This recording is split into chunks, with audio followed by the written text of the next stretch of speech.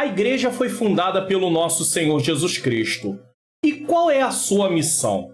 Hoje falaremos sobre isso na teologia e a vida cristã.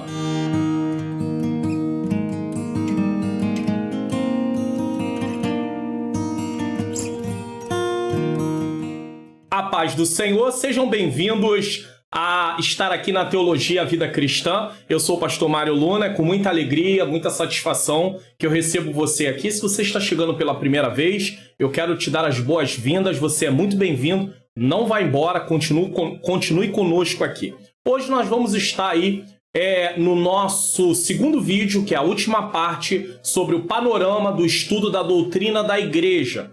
Se você ainda não assistiu o primeiro vídeo, eu te aconselho a primeiro assistir o primeiro vídeo para depois assistir esse, para que você tenha um entendimento completo sobre o assunto. Até porque eu estou fazendo aqui um panorama, eu não estou trazendo a doutrina da igreja de forma assim detalhada, mas de uma forma, um resumo, mas um resumo mais abrangente. Então, se você não assistiu o primeiro vídeo, o link está aqui na descrição do primeiro vídeo. Dessa descrição tem aí, clique nele, assista o primeiro vídeo, depois volte e assista esse vídeo aqui, tá bom? Vamos fazer uma oração? Senhor Deus e Pai, eu quero te agradecer por mais essa oportunidade de estar aqui no Teologia e a Vida Cristã. Senhor querido, me ajuda com a tua iluminação, para que eu possa ensinar as verdades da tua palavra. Também, Senhor querido, ilumina a mente daqueles que estão assistindo, para que eles possam compreender, Senhor, e que nós possamos aprender para colocar em prática o que é a igreja, qual a missão da igreja, que o Senhor nos ajude a cumprir tudo aquilo que o Senhor quer, em nome de Jesus. Deus seja louvado, Deus seja glorificado. Bom, se você quer o resumo desse estudo, tá? Tem aqui o link na descrição para que você possa, dessa descrição, vai ter aí, faça download, você vai ser levado para o meu site, uma página no meu site. Lá você desce a página quase até no final e lá tem o botão para você poder baixar o link, tá? Com o esboço e os slides em PDF desse vídeo, tá? Então não esqueça de fazer isso, tá? Ou você tem uma outra opção. Clube de membros do canal do pastor Mário Luna. Tenha vários benefícios e baixe tudo em um único lugar. PDFs dos resumos e slides da EBD, slides em PowerPoint da EBD e PDFs do Expondo as Escrituras. Clique no link na descrição do vídeo e assine. E temos uma novidade, a pedido, formas de pagamento Pix, boleto e cartão. Essa é a área de membros onde você vai baixar tudo num único lugar. Seja membro e ganhe todos esses benefícios. Então, se você for membro, você tem esses benefícios. Você vai estar semeando no meu Ministério de Ensino e você vai baixar tudo num único lugar. Você não precisa, a cada vídeo, clicar no link, ir para o meu site, baixar. Então, você tem tudo num único lugar, tá bom? O link está aqui na descrição, caso você queira semear no meu Ministério de Ensino, sendo membro, tendo todos esses benefícios. Introdução. Na primeira parte do panorama do estudo da doutrina da igreja, aprendemos sobre a igreja e sua origem, a quem a igreja pertence, Deus, o cabeça da igreja, Cristo, quem habita na igreja, o Espírito Santo e o reino de Deus. Hoje daremos prosseguimento ao nosso estudo, finalizando com a missão da igreja: evangelismo, edificação, adoração, ação social, conceituando missão e missões, o discipulado e os desafios que a igreja enfrenta. A missão da igreja. Vamos lá. Volto a dizer, se você não assistiu o primeiro vídeo, eu te aconselho a assistir a primeira parte desse estudo para depois você prosseguir no estudo de hoje. Agora vamos aprender de forma detalhada sobre a missão da igreja. A igreja precisa cumprir essa missão individualmente e coletivamente. Então, nós aprendemos que existe a igreja invisível, tá? Que chama-se igreja universal. É uma conceituação, né, da palavra igreja universal. Não é a denominação igreja universal, não. É a igreja universal de Cristo. Ela é formada por todos os crentes, né? Todos os servos do Senhor em todos os tempos. É a igreja universal, tá? Ela não está restrita a um local geograficamente falando e nem somente aqueles que estão vivos fala daqueles que partiram em Cristo também. Agora existe a igreja local, aí sim é uma denominação, uma Assembleia de Deus, uma igreja batista, uma igreja metodista, uma igreja universal do reino de Deus. Aí tem a igreja local. Dentro da igreja local tem ali a igreja universal, porque só Deus sabe quem de fato são aqueles que são salvos, aqueles que realmente houve um novo nascimento, uma transformação de vida. E você tem como saber isso olhando para a sua vida e avaliando. Tem havido transformação de vida em mim? Eu tenho sentido desejo, vontade de buscar as coisas do Senhor? É importante você avaliar isso. A igreja precisa cumprir essa missão, né? Individualmente ou coletivamente. Não pensem que essas funções devem ser realizadas pela igreja coletiva apenas. Também pela igreja individual. Cada irmão, cada irmã é igreja. Cada membro da igreja tem compromisso com a missão da igreja. Ele tem um papel dentro do corpo de Cristo. Aqui no canal, eu posso até mostrar para você aqui no canal, é importante eu mostrar isso, porque só assim você tem consciência disso. Aqui no canal, eu tenho aqui, você clica em vídeos, e aí eu tenho aqui, ó, unidos no corpo de Cristo para cumprir uma missão. Esse vídeo aqui, ele vai dar, esse Expondo as Escrituras, ele vai dar para você aí uma consciência de sua função no corpo de Cristo. Como você deve se proceder no corpo de Cristo como membro do corpo de Cristo. Então assista esse vídeo depois, é importante também, tá? Cada membro da igreja tem compromisso com a missão da igreja. 1. Evangelização. O assunto enfatizado em ambos os relatos das últimas palavras de Jesus a seus discípulos é o evangelismo. Precisamos entender que evangelismo ele tem camadas, o discipulado ele tem camadas. Existe aquela camada inicial, aonde vai se lá pregar a palavra, e aí aquela pessoa aceita Cristo e ele começa os primeiros passos da vida cristã, só que esse discipulado ele segue para a vida toda. Ainda que tenha aqueles primeiros passos, tem um ensino, muitas igrejas têm lá um discipulado para aquela pessoa conhecer a base da fé e poder passar pelas águas e fazer parte do corpo de Cristo ali da igreja local. Também o discipulado continua para a vida toda. Então existem camadas de discipulado nesse caso, tá? Em Mateus 28:19, ele os instrui. Portanto, ide fazer o quê? Discípulos de todas as nações. Fazer discípulo não é só alguém levantar a mão para Jesus.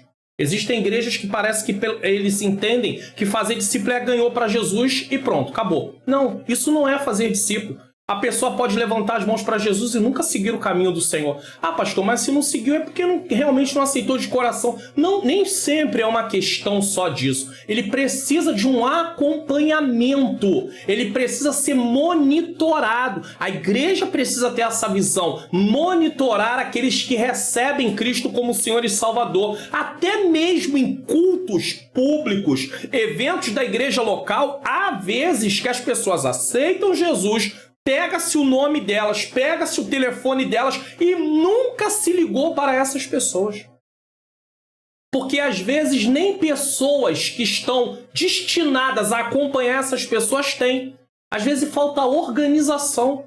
É preciso levantar pessoas especificamente para poder acompanhar essas pessoas que aceitam Cristo, para poder ligar, para poder monitorar, para que elas possam caminhar, até chegar o momento que eles estão dentro de uma caminhada onde eles estão firmados no Senhor e eles têm que comandar sozinhos, no sentido de não precisar de um acompanhamento ali semanalmente, quinzenalmente, mensalmente. Eles já têm condição de ter essa caminhada. Mas antes precisa disso. Então fazer discípulo é muito mais do que levantar as mãos ou aquela pessoa participar de 1 ou 2 cultos. É muito mais do que isso. É preparar as pessoas para que elas possam contribuir em fazer novos discípulos. Isso é fazer discípulo. O Senhor Jesus preparou os 12 para que os 12 viessem preparar outros. É assim que funciona. Então nós temos que ter em mente isso. Atos 1:8 diz: mas recebereis poder quando o Espírito Santo descer sobre vós, e ser-me-eis testemunha tanto em Jerusalém como em toda a Judéia e Samaria até os confins da terra. Esse foi o último assunto que Jesus tratou com seus discípulos. Por que esse foi o último assunto? Porque isso fala de missão, da missão. Jesus primeiro treinou eles e agora os envia. Havia os enviado ainda quando estava ainda aqui nessa terra, mas agora é hora deles assumirem totalmente a responsabilidade de dar prosseguimento à obra que Jesus iniciou. Então eles precisavam dar prosseguimento a esta obra, fazendo discípulos. Parece que ele considerava o evangelismo a própria razão da existência deles. Parece que ele considerava o evangelismo a própria razão da existência deles. Ou seja, para que nós fomos chamados? Para viver de acordo com a vontade de Deus, viver uma vida separada, uma vida consagrada e para levar as boas novas para que outras pessoas possam também viver essa mesma vida, estarem debaixo do governo de Deus. Aprendemos na parte 1 desse estudo sobre o reino de Deus e o governo de Deus. Quem faz parte do reino de Deus está debaixo do governo de Deus. Não anda segundo os padrões do mundo, anda segundo os padrões do reino. Inclusive aqui na Escola Bíblica Dominical tem a EBD Comentado Online, onde eu dou aula aqui no canal. Nós temos aí, estamos tratando sobre os valores do reino de Deus. Quem faz parte do reino de Deus precisa viver à luz desses valores. Precisa viver de acordo com esses valores que estão descritos do capítulo 5 ao capítulo 7 de Mateus. Estamos estudando os valores do reino de Deus. Eu te aconselho a acompanhar também, se você não acompanha aqui no canal, tá? Quando lemos a lista dos dons ministeriais em Efésios 4:11, encontramos o dom ministerial de evangelista. Falando de evangelismo, vamos ver o lugar do evangelista nisso. É claro que você vai entender algo aqui. Todos os crentes individualmente devem ser um evangelista. Porém, a função do evangelista é justamente estar de frente nos projetos da evangelização local. O evangelista, existe o ministério de evangelista. É um dom. Ele é uma pessoa que foi chamada para essa área na obra de Deus. E é importantíssimo. Quando o evangelista tem realmente o chamado, ele contribuirá muito com sua igreja, pois a atuação do Espírito Santo em sua vida, unida com seu esforço para estudar sobre meios eficientes para a evangelização urbana, trará bons resultados. Eu sei que nos dias de hoje tem aqueles que também são chamados evangelistas, que estão aí de uma forma itinerante, pregando em igrejas. Mas a palavra evangelista aqui, eu quero falar dela no sentido de ser aquele que está de frente de um trabalho dentro da sua igreja. É por isso que foge um pouco o propósito ter evangelista se ele não está envolvido com alguma coisa a nível daquilo que ele foi chamado para fazer. É uma pena que muitas igrejas estão cheias de evangelistas nominais, que foram consagrados muitas vezes apenas para terem o cargo de evangelista naquele ministério. Ou seja, o ministério precisa que alguém ocupe esse cargo, então vamos consagrar. Mas o que ele está fazendo?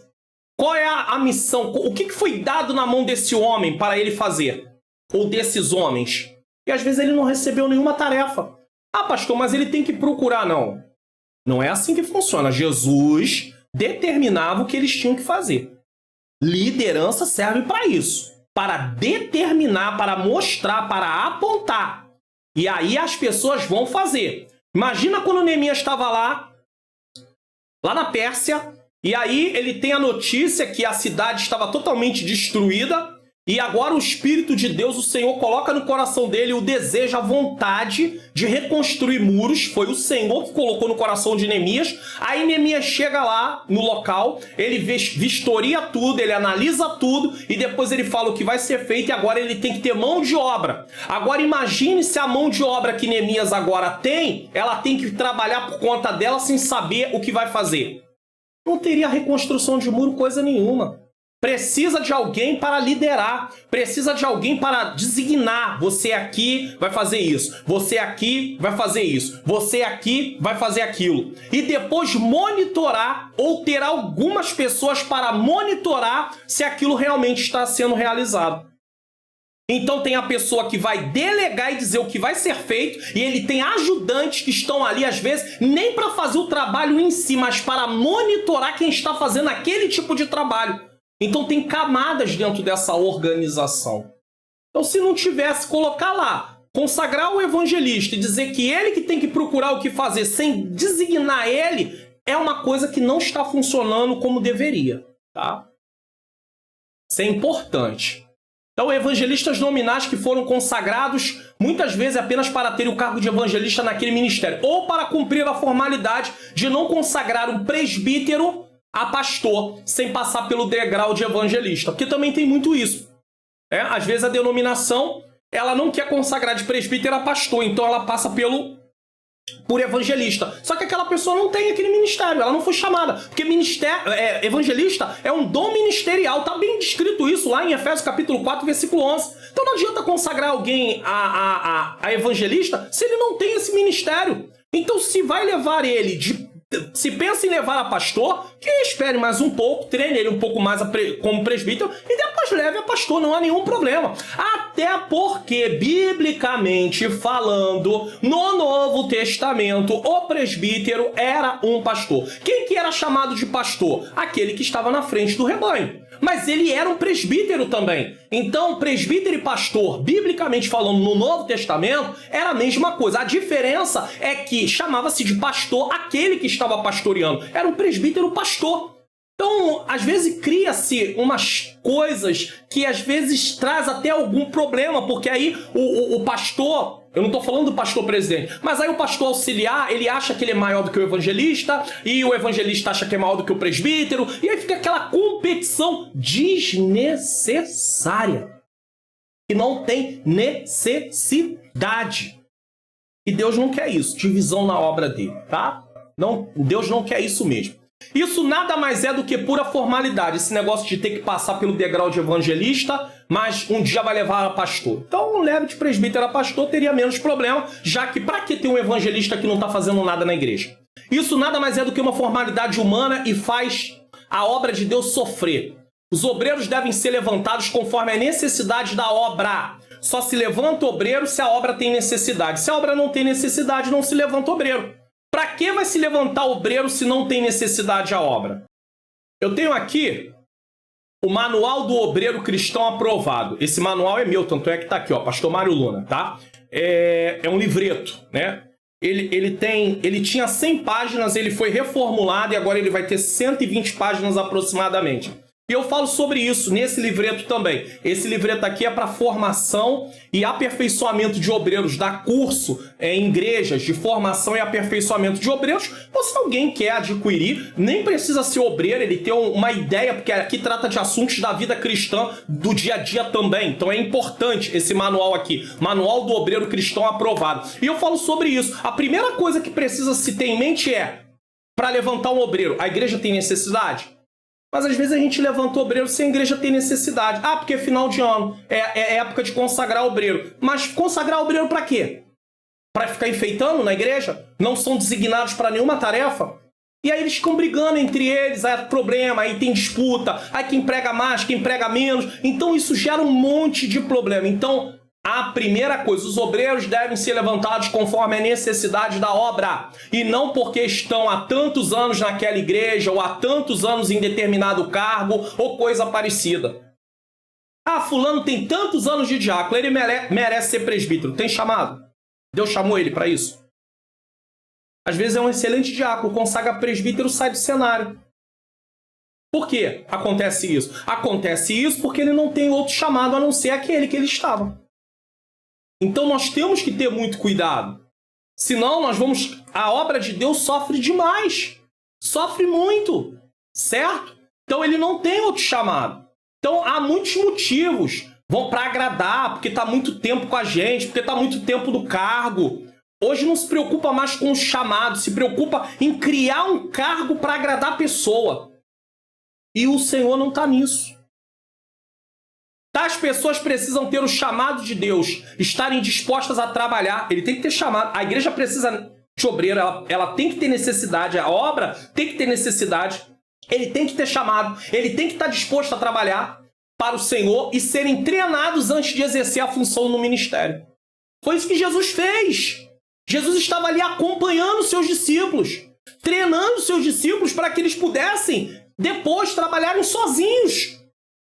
Fazerem a obra, e não é isso que acontece também no dia a dia? São levantados obreiros, eles devem ser treinados. Amanhã ele está dirigindo uma congregação e lá ele está sozinho.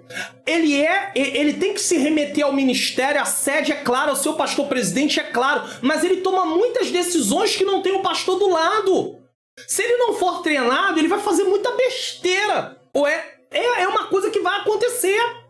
Ele vai fazer muita besteira, o obreiro vai fazer muita besteira porque não foi treinado. Jesus treinou primeiro para depois enviar. Eles irem sem a presença física de Jesus o tempo todo. A presença de Jesus em espírito, sim, o Espírito Santo está em nós, mas a presença física não estava mais com eles. Eles não tinham mais aquele mesmo acesso de perguntar quando tinha uma dúvida: Senhor, o que eu faço? No momento de treinamento, o obreiro tem condição ali, está convivendo com o pastor, ele pode perguntar. Mas depois que ele está lá no campo fazendo a obra, na frente de uma congregação, nem sempre ele vai ter acesso ao pastor instantaneamente para poder ter uma solução de um problema. E ele vai ter que tomar uma decisão. E se ele não for treinado, o que vai acontecer? Ele vai tomar decisões erradas. É muita responsabilidade. Nós estamos falando de vidas. Olha só, preste atenção. Um médico, ele é responsável pelo que ele faz com seus pacientes. E ele pode até ser processado se ele recomendar algum medicamento, prescrever algum medicamento ou recomendar algum tratamento que venha trazer o seu paciente a óbito. Ele pode ser responsabilizado. Agora imagine nós que tratamos com vida de forma comparativa. Deus vai nos responsabilizar pela nossa imprudência se nós não soubermos como nos conduzir com aquelas pessoas que estão sobre a nossa direção, sobre a liderança que está sobre as nossas mãos. Então é por isso que o obreiro tem que ser treinado. O apóstolo Paulo, dando instruções a Timóteo acerca dos obreiros, relata o seguinte: e também estes sejam primeiro provados, depois sirvam se forem irrepreensíveis. 1 Timóteo 3,10. A instrução aqui é que primeiro os aspirantes ao diaconato sejam observados e, se forem irrepreensíveis, sejam consagrados. A palavra irrepreensível é que não se encontra nele nada que seja digno de repreensão. De uma forma assim bem simples. Esse princípio serve também para os cooperadores, auxiliares de trabalho, para os presbíteros, evangelistas, pastores. Hoje o grande problema é que as pessoas primeiro querem a consagração para depois fazer alguma coisa. E na maioria das vezes muitos são consagrados e não querem fazer nada. Ele só quer o título, ele só quer estar sentado em cima do púlpito. Mas ele não quer fazer nada. E é por isso que o ministério tem que verificar se ele tem chamada e para o que ele foi chamado.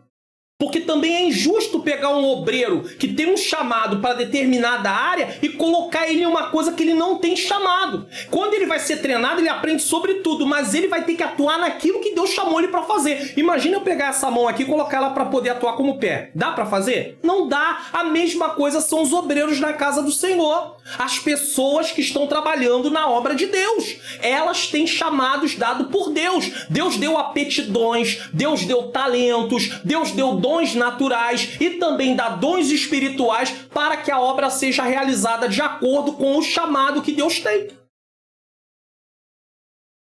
Existem muitos obreiros sendo separados precipitadamente. Paulo adverte a Timóteo sobre isso quando diz que a ninguém impõe a mão precipitadamente, já que a forma de separar obreiros para a igreja era lhes impondo as mãos e orando. 1 Timóteo 5,22 diz: a ninguém imponhas precipitadamente as mãos, nem participes dos pecados alheios, conserva-te a ti mesmo puro. Então Paulo dá a orientação a Timóteo: cuidado com quem vai separar aí para o ministério. Ele é irrepreensível. Paulo dá uma lista para Timóteo, 1 Timóteo capítulo 3, aquele que almeja o episcopado, excelente obra almeja. Almejar é querer no sentido de estar ali voluntário, a dizer eu aceito o chamado. Só que primeiro Deus tem que ter chamado. Não adianta eu querer uma coisa que Deus não me chamou para fazer. Então, não adianta pegar esse texto isolado e dizer, não, mas está escrito aqui, aquele que almeja o episcopado, excelente obra almeja. Deus vai me dar se eu almejar. Não, mas aí isso é um texto isolado. Você tem que formar um princípio ou um ensinamento a partir de todo um contexto dentro da própria Bíblia. Então não adianta vir com uma história de pegar 1 Timóteo capítulo 3, versículo 1 e dizer que eu posso escolher o que eu quero ser, eu posso escolher que eu quero ser um presbítero, porque não é isso que o texto está dizendo, não. Almejar é aceitar aquilo que Deus quer. Primeiro tem que saber se é a vontade de Deus. Aí eu almejo. Não, é o que Deus quer? Então eu quero. Não é o que Deus quer? Então eu quero o que Deus quer. Senão, eu vou ter problema. O chamado para evangelizar é uma ordem. Nós estamos falando de evangelistas, mas estamos ampliando aqui a questão do ministério. Tendo aceitado Jesus como Senhor, os discípulos se colocaram sobre o governo dele, reino de Deus, e estavam obrigados, porque se eu estou debaixo do governo de Deus, eu tenho que obedecer a Deus, a cumprir o que ele lhe pedisse. Pois ele declarou: se me amardes, obedecereis aos meus mandamentos. João 14, 15. Aquele que tem os meus mandamentos e a eles obedece, este é o que me ama. João 14, 21. E vós sois meus amigos se fizerdes o que eu vos mando. João 15, 14. Se os discípulos realmente amavam seu Senhor, cumpririam seu chamado para evangelizar. Isso não era uma opção para eles. Entenda uma coisa. Quando eu não servia a Deus, eu era escravo do pecado. Eu não tinha vontade.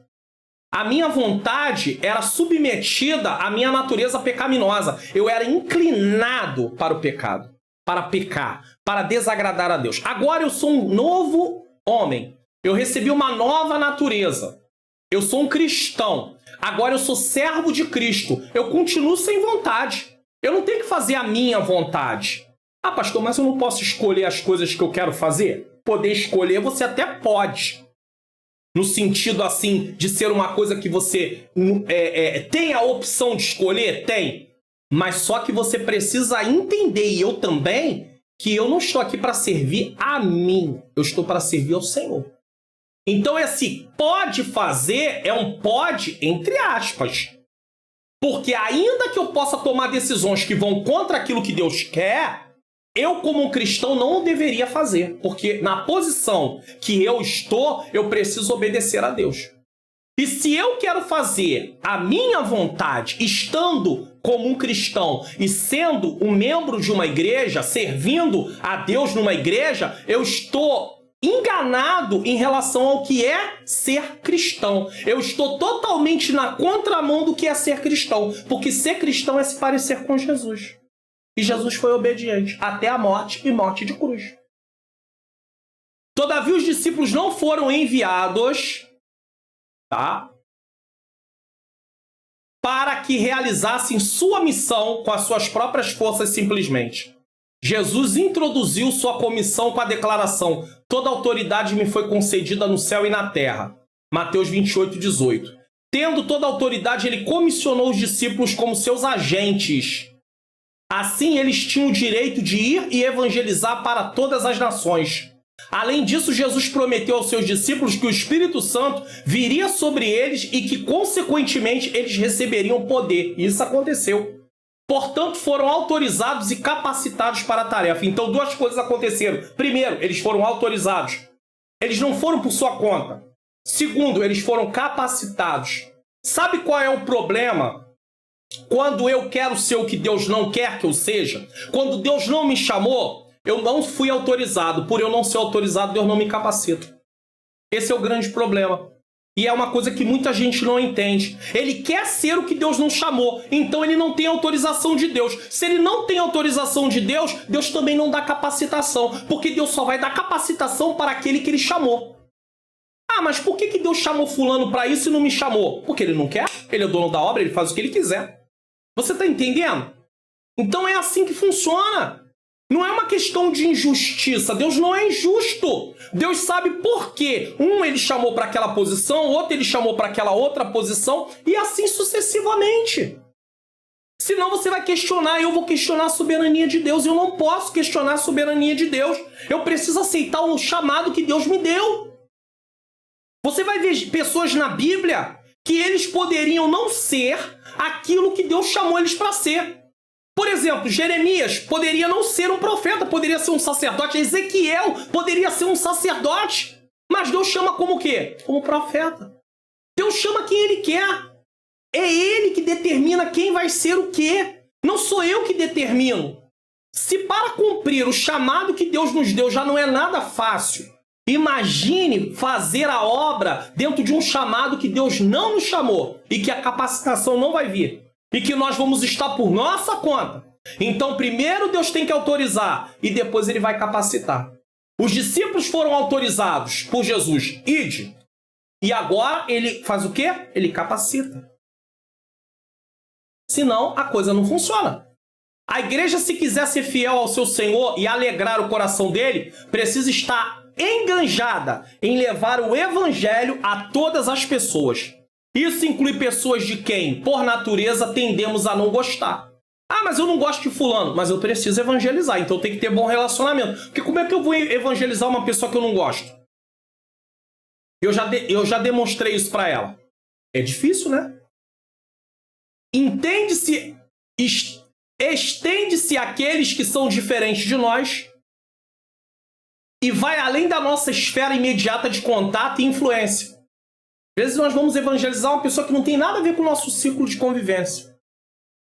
Em um sentido muito real, evangelismo local, expansão ou implantação da igreja e missões mundiais são a mesma tarefa, só que de formas... Tá? A única diferença está no raio de extensão. Vai mais longe, está mais perto. A igreja precisa trabalhar em todas essas áreas. Se não o fizer, adoecerá espiritualmente, pois tentará operar de uma maneira nunca pretendida pelo Senhor. Deus quer que a igreja expanda, que a igreja anuncie o evangelho, que a igreja proclame o reino de Deus, o governo de Deus, para que mais pessoas venham estar debaixo desse governo. Você está gostando do conteúdo desse vídeo? Então, não esquece de dar um like, não esquece de compartilhar na sua rede social, não esquece de se inscrever no canal e ativar o sininho das notificações. É importante que você se inscreva no canal e ative o sininho das notificações.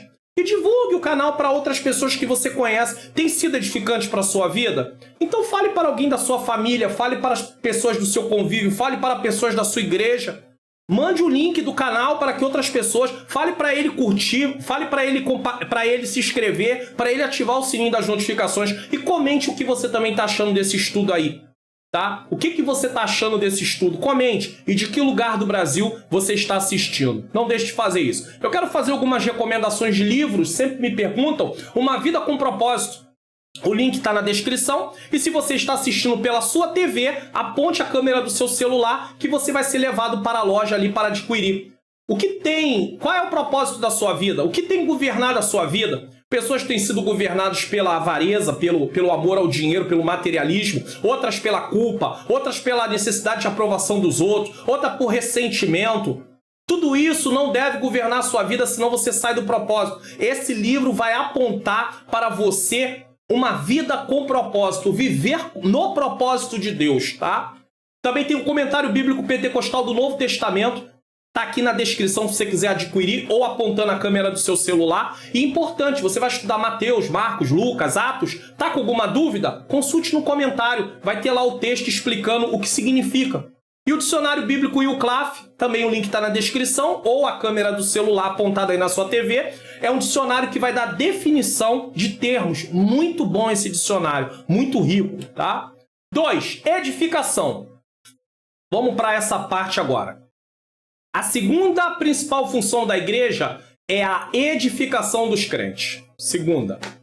Embora Jesus tenha dado maior ênfase ao evangelismo, a edificação dos crentes é logicamente anterior. E por quê? Porque primeiro eles têm que ser edificados para depois eles poderem evangelizar, senão eles não vão evangelizar. Paulo falou repetidamente da edificação do corpo.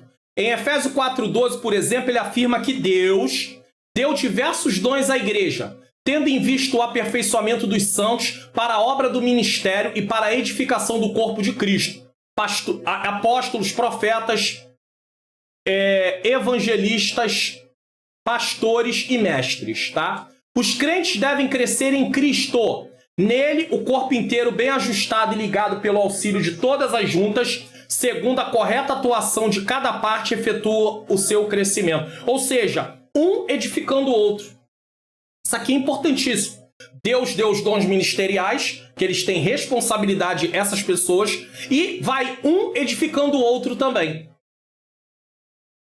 O potencial para edificação é o critério pelo qual todas as atividades, incluindo o nosso falar, devem ser avaliadas. Então preste atenção, ó. Efésios 4:29. Não saia da vossa boca nenhuma palavra que cause destruição, mas só a que seja boa para a necessária edificação, a fim de que transmita graça aos que te ouvem. Como alguém vai ser edificado se sair da minha boca palavras torpes? Numa linguagem popular, palavrões, piadas sujas, que desmerecem pessoas, obscenas. Há diversos meios pelos quais os membros da igreja devem ser edificados. Um deles é a comunhão. O Novo Testamento fala de koinonia, literalmente ter ou manter todas as coisas em comum. É de fato, conforme Atos 5, os membros da igreja primitiva mantinham até mesmo as posses materiais em comum. Ou seja, quando precisava, aqueles que tinham maiores recursos vendiam suas propriedades. Aí não vendia sua casa não, tá? Vendiam propriedades que eles tinham a mais para poder ajudar aqueles que não tinham. É isso que o texto diz, tá? Paulo fala de compartilhar as experiências. Se um membro sofre, todos os outros sofrem com ele. E se um membro é honrado, todos os outros se alegram com ele. Ó, 1 Coríntios 12:26. Lembra que eu falei para vocês aqui do canal? Tá lá, ó. Sobre unidos no corpo de Cristo para cumprir nossa missão. Eu falo melhor sobre esse texto aí que eu tô citando agora, nesse vídeo ali, ó. Então, não deixe depois de assistir ele, tá? Vai ser importante para você. Então, se um sofre, todos sofrem. Agora, se não tem comunhão, você não tá. Eu não tô nem aí, ó. Tem comunhão. Tem muita gente na igreja lidando com os irmãos por afinidade. Ah, eu não tenho afinidade com fulano, não tenho afinidade. Então, não, você não tem que lidar com os irmãos da igreja por afinidade. Você tem que lidar com eles por comunhão. A base do relacionamento do cristão é comunhão, não é afinidade, não.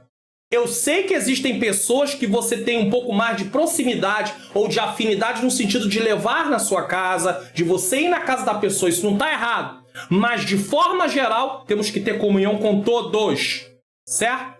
Enquanto a dor é diminuída, a alegria é aumentada através do compartilhamento. Então é importante a gente ter comunhão para suprir a necessidade um dos outros. Para atender, às vezes é um abraço, às vezes é um conselho, às vezes é suprir uma necessidade material que envolva recurso financeiro, dinheiro. Agora, parece que estamos vivendo dias na posição contrária.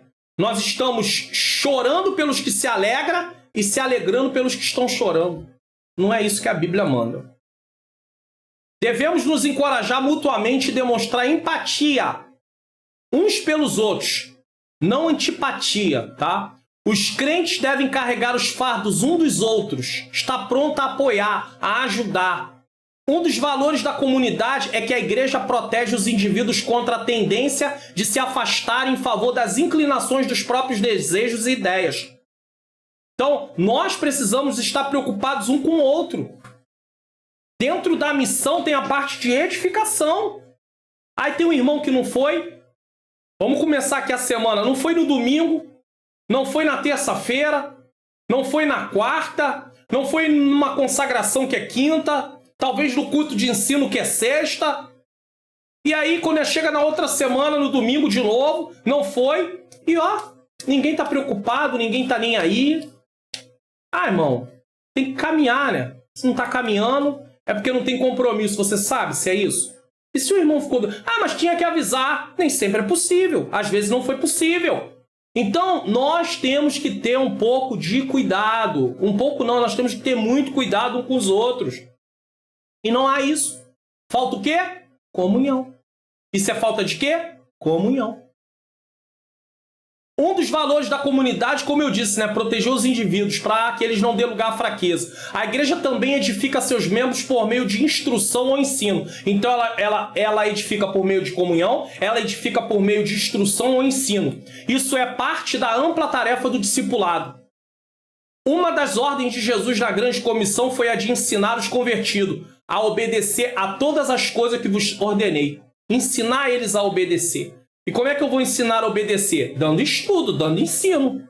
escola bíblica dominical, eventos de ensino na igreja com mais contínuo. Porque não adianta, às vezes a igreja tem a escola bíblica dominical, mas não tem evento de ensino quase nunca. E está sempre cheio de campanhas, cheio de festividades. E ensino da palavra não tem. Ah, mas tem um culto de ensino. Mas cadê os eventos também de ensino? Já que faz tanta festa, tantas campanhas, por que não faz também eventos de ensino? Eventos de ensino focado na necessidade da igreja local ali. Cada igreja tem necessidades muito particulares.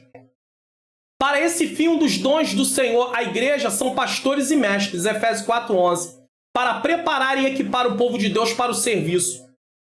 Quem Deus chamou no dom de mestre passa muita dificuldade, principalmente no meio pentecostal. E eu falo isso com toda certeza, porque há pouco valor para essa chamada. É um chamado que Deus deu, mas tem lugar que não dá valor quase nenhum. Porque não tem atividade na área do ensino, não tem seminários, mini seminários, palestras, simpósios. Aí a pessoa fica lá sem atividade. Aí alguém diz, não procura o que fazer. Deus chamou ele para aquela área, o que ele vai fazer? Aquilo que Deus chamou para fazer. Então é bom começarmos a atentar para isso. É muito bom, é muito importante. Mas a instrução não precisa sempre ser dada pelo pastor mestre, oficial de uma congregação, nem precisa ocorrer em um grupo grande. Um belo quadro dessa verdade pode ser visto em Atos 18. Apolo, um judeu erudito e eloquente, que veio a conhecer Jesus e estava pregando de forma poderosa na sinagoga de Éfeso. Ali, Áquila e Priscila o ouviram e logo depois convidaram-no à sua casa e lhe expuseram com mais precisão o caminho de Deus. E ele, então, continuou seu ministério com eficácia ainda maior, porque agora ele recebeu mais instrução ainda. Há necessidade de instrução. Não foi instruído num grupo, não foi feita uma palestra para a igreja toda. Eles chamaram uma única pessoa, mas por ele ter um ministério no qual Deus o deu para Apolo, eles instruem ele mais ainda e aquilo amplia mais o seu conhecimento e ele pode atuar de uma forma mais eficaz em nome de Jesus. A educação pode assumir diversas formas e ocorrer em vários níveis. É responsabilidade da igreja utilizar todos os meios e tecnologias legítimas disponíveis atualmente. Primeiro, a instrução cristã na igreja local. EBD. Culto de ensino da palavra. Além disso, a igreja local coopera com outras igrejas para realizar aspectos específicos de sua tarefa educacional. Por exemplo, seminários teológicos. Os institutos bíblicos equipam pastores, mestres e outros para instruir o povo na palavra. Este é um exemplo da ordem de Paulo a Timóteo. Olha o que Paulo diz a Timóteo. O que ouviste de mim diante de muitas testemunhas, transmite a homens fiéis. Então está passando o que aprendeu para outras pessoas. E aptos para também ensinarem a outros. Então Paulo não se preocupa só em ensinar. Ensine, mas ensine também a quem vai poder ensinar para outros. O Expondo as Escrituras aqui no canal tem esse objetivo. O Teologia e a Vida Cristã aqui no canal tem esse objetivo. A EBD Comentada Online aqui no canal também tem esse objetivo. Você ser treinado, você aprender. Agora, tem pessoas que não querem sentar para aprender. Porque o vídeo é muito longo. Porque tem mais de 1 hora. Porque tem mais de 30 minutos. Porque tem mais de 50 minutos. Ei! Quem quer aprender precisa sentar e prestar atenção. Nunca você vai aprender se você não sentar para prestar atenção. Você precisa sentar, prestar atenção e estudar. Como é que uma pessoa pensa que vai se formar em determinada profissão e ser uma pessoa boa naquilo que faz? Eu estou falando aqui da parte profissional. Se ele não se empenhar em estudar. Aí depois fica olhando lá. Oxe, nossa, aquela irmã, aquele rapaz, aquele moço é um bom médico. Olha como ele sabe. Mas ele estudou, ele sentou, ele se debruçou, ele abriu mão, às vezes, de algumas regalias, ele abriu mão, às vezes, de passear para poder estar ali estudando, focado, para conseguir terminar aquilo que ele começou. E aí tem muita gente que começa, larga para lá, eu vou estudar um pouco, aí começa, daqui a pouco larga, e vai chegar aonde? Fica dando volta. Porque não tem paciência para poder sentar para aprender. Quem quer aprender precisa ser paciente, tem que sentar e aprender. E o ensino não é uma coisa de 5 minutos, de 8 minutos. Nós estamos vivendo um momento fast food. Tudo rápido. Comida rápida. Isso não funciona com a palavra de Deus. Você já viu? A Bíblia tem 66 livros, 1189 capítulos, 31.173 versículos, se não me falha a memória. Se você ler 3 capítulos por dia, aproximadamente você vai ler a Bíblia em 1 ano. Mas as pessoas não têm tempo nem para ler 3 capítulos. Eu ouço, vira e mexe, eu ouço alguém dizer: eu propus leitura da Bíblia, não tenho tempo, porque eu estou estudando, porque eu estou fazendo faculdade, porque eu estou fazendo isso, fazendo aquilo. Quer dizer, a vida espiritual está lá embaixo, ó. Porque se você tem que se alimentar materialmente, fisicamente para o seu corpo, você também tem que se alimentar espiritualmente para a sua alma. E você vai se alimentar através da palavra de Deus. Tantos recursos, nunca teve-se tanto recurso. Você tem aí o celular, tecnologia. Você pode fazer o quê? Ter uma Bíblia aqui, para você poder, inclusive dá até para, não precisa nem ler, você pode ouvir, prestando atenção, é claro. Então há vários recursos para estar em contato com a palavra, recursos que não haviam naqueles dias. E mesmo assim nós damos N desculpas para não estudar a palavra de Deus. De nada adianta a igreja ir para as ruas testemunhar sobre Cristo se não houverem pessoas capacitadas pelo Espírito Santo e preparadas dentro da área do ensino. Então, capacitadas pelo Espírito Santo e preparadas dentro da área de ensino. Por isso que é importante treinar essas pessoas da área do ensino. Se puder, mandar elas para um seminário, para elas poderem ter uma formação, um preparo, tá? Dentro da área de ensino, para realizar a tarefa do discipulado dos novos crentes. Tem gente dando aula aí no discipulado que não tem nenhuma base, nenhuma bagagem bíblica. E acaba ensinando muita coisa que a Bíblia nem diz. E não está sendo monitorado, que o pastor não tem tempo de estar lá junto, acompanhando o tempo todo. Então, primeiro você tem que treinar quem vai ensinar. Porque se você não treinar quem vai ensinar, ele vai ensinar o que não deve ensinar. E você vai ter mais problema. Tudo depende da base. Se um cristão cresce com uma base fraca, terá sérios problemas, pois suas crenças serão baseadas em suposições e achismos. Tem um monte de gente que nunca passou por um discipulado, não conhece a base da fé. Não conhece doutrinas basilares, fundamentais. Doutrina da salvação, não sabe o que é. Doutrina da igreja, é o que está passando aqui. Inclusive a doutrina da salvação também tem um panorama, um vídeo com um panorama dela aí no canal. Doutrina sobre Cristo, doutrina sobre Deus, os atributos de Deus, quem é Deus. Não sabe. Sobre o Espírito Santo, o fruto do Espírito, os dons espirituais, não sabe. Então é importante estudar, precisa estudar. Enquanto aqueles que passarem por um bom discipulado terão maior facilidade de ingressar voluntariamente a cumprir a missão de anunciar o reino de Deus e ajudar no discipulado de outras pessoas. Ele se torna, além de um discípulo, um discipulador. E de fazer discípulos, para que esses novos discípulos façam outros discípulos. Então chega um momento que você não só é um discípulo, você torna-se um discipulador. E eu não estou dizendo que você vai dar aula de escola bíblica dominical, que você vai ser um pastor, que você vai ser um presbítero, que você vai ser um evangelista. Você pode ser um discipulador e nem ter cargo no ministério. Mas fazer isso lá no seu trabalho, nas horas vagas, fazer isso nos lugares onde você está, na sua localidade, na sua vizinhança, na sua família. Mas se você não tem base bíblica, você vai ensinar a quem? Se você nem sabe.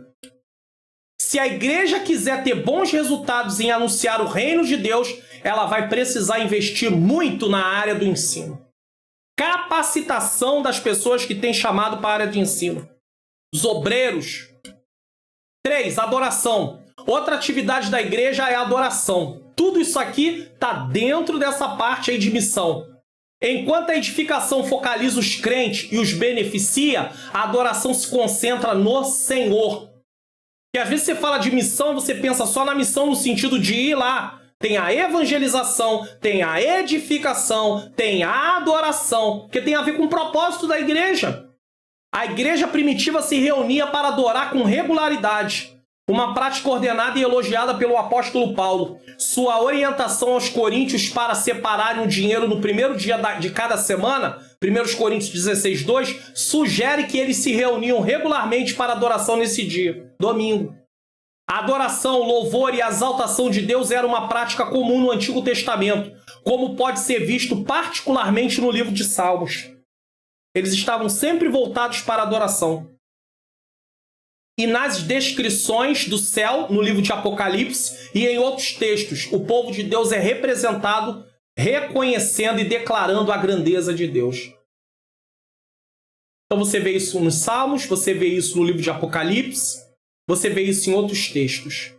Nesse aspecto de sua atividade, a igreja concentra sua atenção em quem e no que Deus é, e não em si mesma. Ela tem como alvo expressar adequadamente a natureza de Deus, não satisfazer os próprios sentimentos. E aqui é interessante, porque infelizmente parece que alguns cultos estão sendo feitos para nós, não para Deus. É para nos saciar, é para nos satisfazer. Uma mensagem que vem ao encontro do que eu quero, do que eu gosto, e não do que Deus quer, e não do que Deus vê a necessidade de transformação na minha vida. Cantamos coisas que têm a ver com nós, não com Deus. Se o louvor é para Deus, por que a letra fala só para nós? Que eu vou receber, que eu vou ganhar, que vai acontecer? A letra não fala para Deus. Grande é o Senhor, muito digno de louvor. Os louvores antigos, ao Rei dos Reis consagro tudo que sou. Os salmistas entendem perfeitamente isso nas suas orações, na sua adoração. Mas nós acabamos, aos poucos, nos desfiando do propósito de uma verdadeira adoração. Ação social. Tudo isso está dentro da missão da igreja, tá vendo?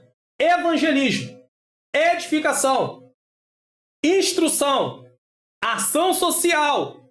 Aí a pessoa pensa que a missão da igreja é apenas sair para evangelizar. Ei, você está falando de missão no sentido de evangelismo? Tudo bem. Mas a igreja tem outras funções a realizar. Instruir, adorar, edificar, certo? Ação social. E às vezes a ação social é levada só para fora, para quem não é cristão. Tem que fazer ação social dentro também, muitas vezes. Vamos ver? Presente nas diversas funções da igreja está a responsabilidade de realizar atos de amor e compaixão cristãos, tanto para com os crentes quanto para com os descrentes. Está claro que Jesus se importava com os problemas dos necessitados e dos que sofriam. Ele curou os enfermos e, em algumas ocasiões, até ressuscitou os mortos. Se a igreja quiser dar continuidade ao ministério dele, deverá se enganjar em alguma forma de ministério aos necessitados e aflitos. Paulo também estava voltado a isso. O fato de que Jesus espera isso dos crentes fica evidente na parábola do bom samaritano, Lucas 10, do 25 ao 37. Jesus contou essa parábola ao doutor da lei quando o mesmo perguntou quem era o seu próximo. Ao responder à pergunta, Jesus também explicou o que significa amar o próximo como a si mesmo. O bom samaritano, embora não tivesse relação alguma com o assalto ao homem que descia a estrada para Jericó, assumiu a responsabilidade de cuidar das necessidades da vítima com o dinheiro do próprio bolso, aceitando as inconveniências e se expondo aos riscos. Visto que o amor ao próximo está intimamente ligado pela lei ao amor de Deus e envolve ações como as do bom samaritano, a igreja cristã deve se preocupar com a dor e a necessidade no mundo das pessoas, daqueles que precisam de ajuda. Aliás, Jesus sugere em Mateus 25, 31 a 46 que a característica singular pela qual os verdadeiros crentes podem ser distinguidos dos que fazem profissões de fé vazias, daqueles que realmente não são cristãos, mas se dizem cristãos, são os atos de amor realizados em nome de Jesus e a imitação do seu exemplo. Jesus nos deu exemplo para seguirmos. Ele foi ao encontro dos necessitados, dos abatidos, dos aflitos. Ele tinha compaixão. E às vezes nós temos o quê? Nós temos desprezo. Somos insensíveis. A preocupação com os órfãos e as viúvas e os estrangeiros é apropriada para aqueles que adoram um Deus que demonstra Ele mesmo tal preocupação. Deuteronômio, capítulo 10, versículo 17 a 19 diz: Pois o Senhor vosso Deus é o Deus dos deuses, e o Senhor dos senhores, o Deus grande, poderoso e terrível, que não faz acepção de pessoas nem aceita recompensa. E quanto cristão fazendo acepção de pessoa e se dizendo filho de Deus? Que faz justiça ao órfão e à viúva, e ama o estrangeiro, dando-lhe pão e veste. Sabe do que esse texto está falando? Que Deus vai ao encontro do necessitado.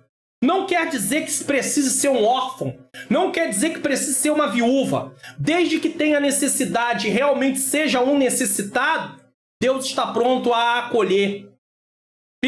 Porque o órfão e a viúva não tinha quem socorresse. Então Deus ia de encontro. Queria que o seu povo cuidasse dessas pessoas. Pelo que amareis o estrangeiro, pois foste estrangeiro na terra do Egito.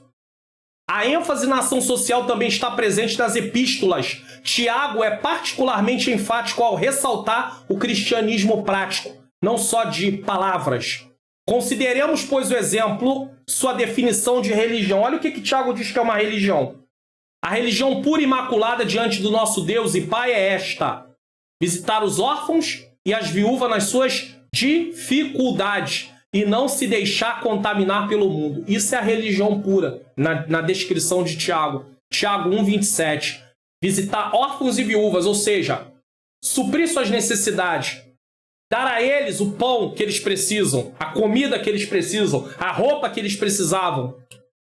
Ele se pronuncia severamente contra a demonstração de favoritismo pelos ricos, um mal que estava presente até mesmo na igreja. Tiago 2, do 1 ao 11. E é um mal que está presente nos dias de hoje. Com quem muitos crentes querem se relacionar? Com quem tem uma posição melhor na igreja. Com quem tem uma posição financeira melhor. Se não é uma posição financeira melhor, é que tem algum cargo. Tanto é que as pessoas se assustam quando alguém que tem um chamado de Deus e tem uma posição, por exemplo, de um pastor, pode ser pastor auxiliar, presbítero, evangelista, ele dá atenção a alguém que é um membro. Eles ficam assustados, quando isso deveria ser algo extremamente natural. Eu mesmo já passei por situações assim. Pessoa fica assim: pastor, mas o senhor me deu atenção? Eu tenho que dar atenção, sim. Você que me acompanha aqui no canal sabe que eu vou lá e respondo nos comentários. Eu sei que vai chegar uma hora que eu não vou poder fazer isso da forma que eu faço hoje. Pode chegar, se Deus quiser crescer esse canal, pode chegar um momento que eu não consiga mais fazer. Mas a maior parte das pessoas que me acompanham sabe que é verdade o que eu estou falando de eu responder um a um. Eu vou lá e respondo, no sentido de agradecer. É um agradecimento de forma assim mais coletiva? Mas eu vou lá, de um a um, essa resposta aí, que seja uma resposta assim mais abrangente, né? Mas eu respondo. Sou eu mesmo que faço as respostas. Sou eu mesmo que vou lá nos comentários. Mas as pessoas se assustam. Por quê? Porque as pessoas não querem mais dar atenção.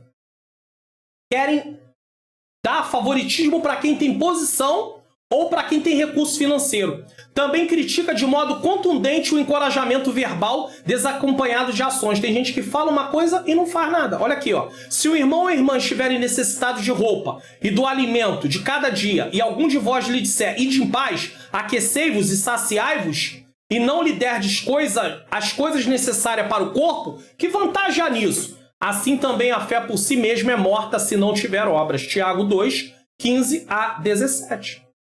E aí tem gente: não, irmão, Deus é contigo, Ele vai te abençoar, Ele vai abrir a porta. E a pessoa está sem nada dentro de casa. E Deus quer abrir a porta por meio daquela pessoa que está lá falando. Às vezes Ele pode dar uma cesta básica, Ele pode ajudar com alguma coisa, mas não ajuda com nada.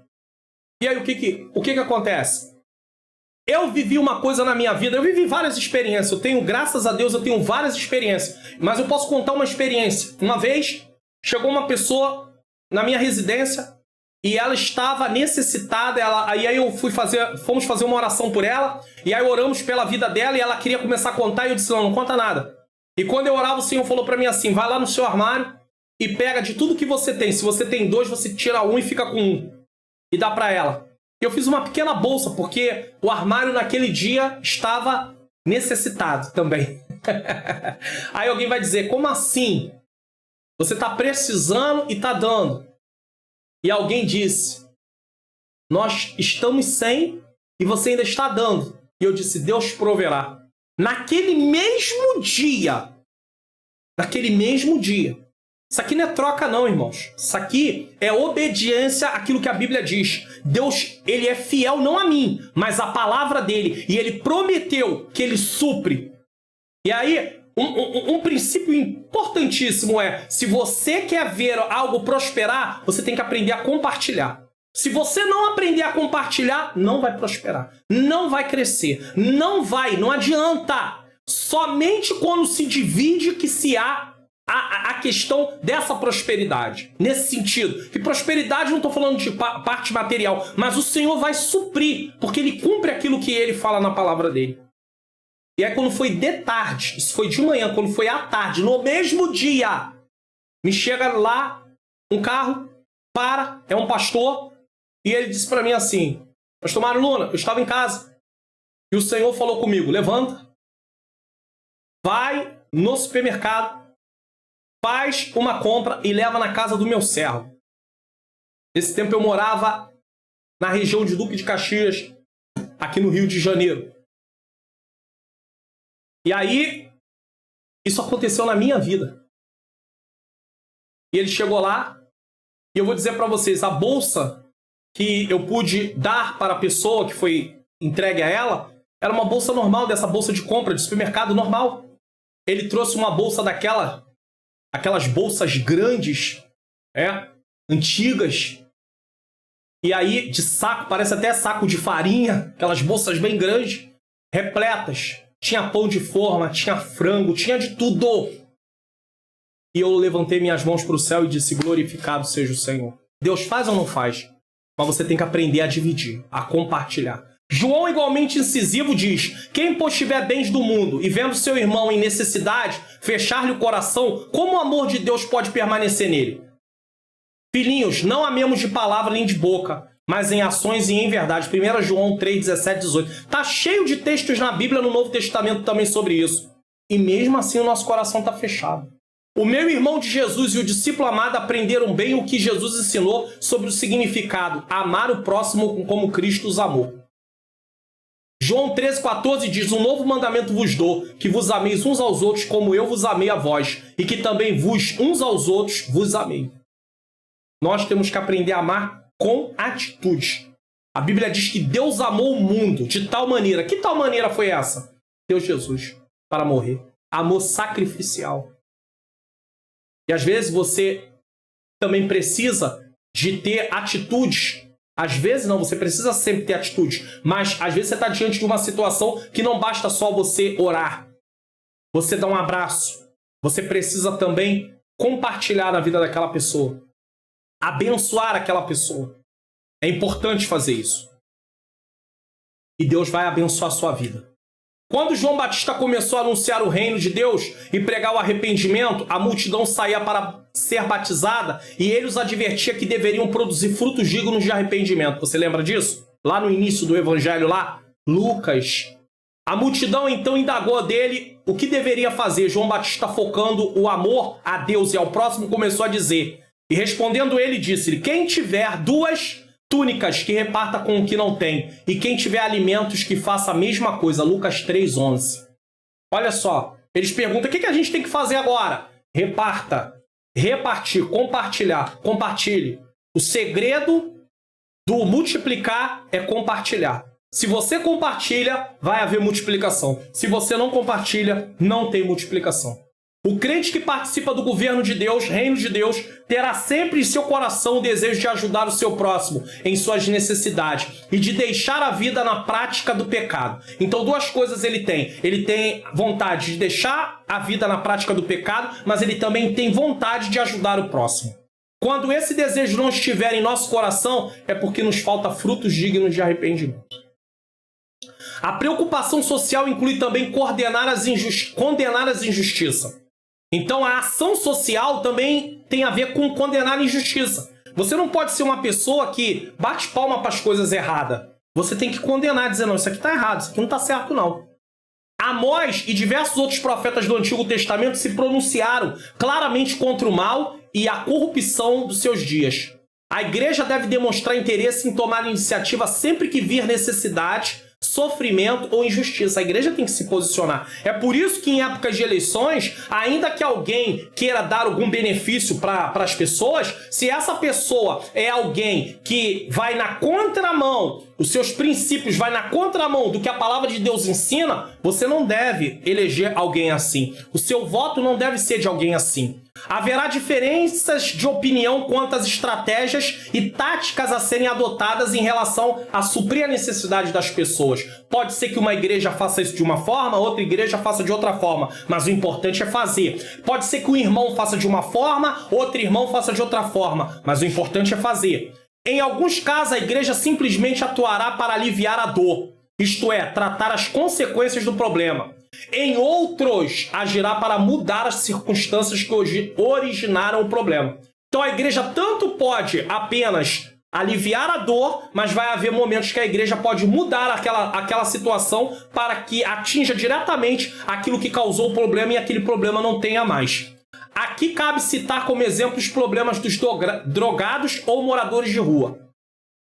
Proclamar apenas o evangelho sem uma ação social para tirar essas pessoas da rua e tratá-las não trará resultados.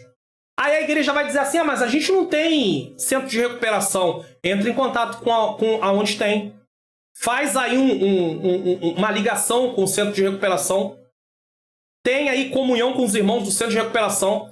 Ah, pastor, mas aí se a gente tiver comunhão com os irmãos do centro de recuperação, a gente vai ter que enviar alguma coisa para lá, porque de vez em quando eles querem. Aprenda a compartilhar, para que na hora que vocês precisarem enviar alguém para lá, eles possam ter os recursos para receber essa pessoa. Agora, a igreja quer que a pessoa receba lá, mas não quer ajudar com nada.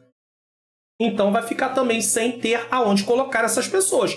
Evangelizar pessoas que estão drogadas, numa situação dessas, você precisa atacar diretamente a consequência daquilo, diretamente a causa daquilo. É levar ela para um lugar. Se a igreja não tem um centro de recuperação próprio, ela vai ser uma instituição que vai cooperar com o centro de recuperação em algum lugar.